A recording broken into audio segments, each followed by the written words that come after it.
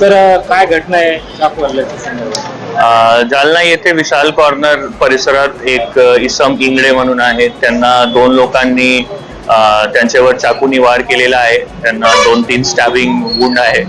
त्याला सध्या हॉस्पिटलला ऍडमिट केले गेलेलं आहे. तो आता त्याची परिस्थिती स्टेबल आहे आणि डॉक्टर्स त्यांचे उपचार सुरू आहे. प्राथमिक माहितीनुसार 2 आरोपी आहेत.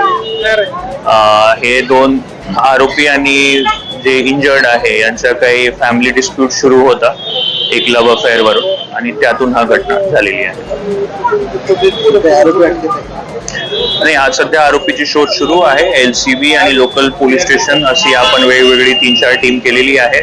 आता आपण आरोपीच्या ट्रेस करत आहोत. लवकर आरोपी भेटेल.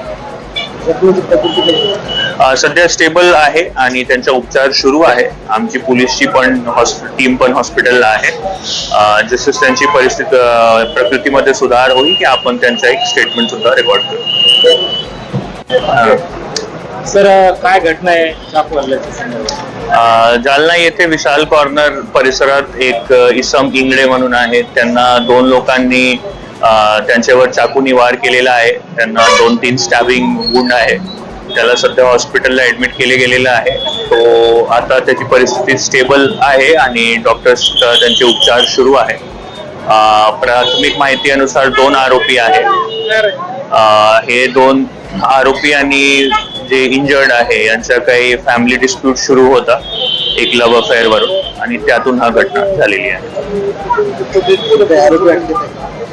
आणि आज सध्या आरोपीची शोध सुरू आहे. LCB आणि लोकल पोलीस स्टेशन अशी आपण वेगवेगळी 3-4 टीम केलेली आहे. आता आपण आरोपीच्या ट्रेस करत आहोत. लवकर आरोपी भेटेल. सध्या स्टेबल आहे आणि त्यांचा उपचार सुरू आहे. आमची पोलीसची पण टीम पण हॉस्पिटलला आहे. जसं त्यांची परिस्थिती प्रकृतीमध्ये सुधार होईल की आपण त्यांचा एक स्टेटमेंट सुद्धा रेकॉर्ड करू.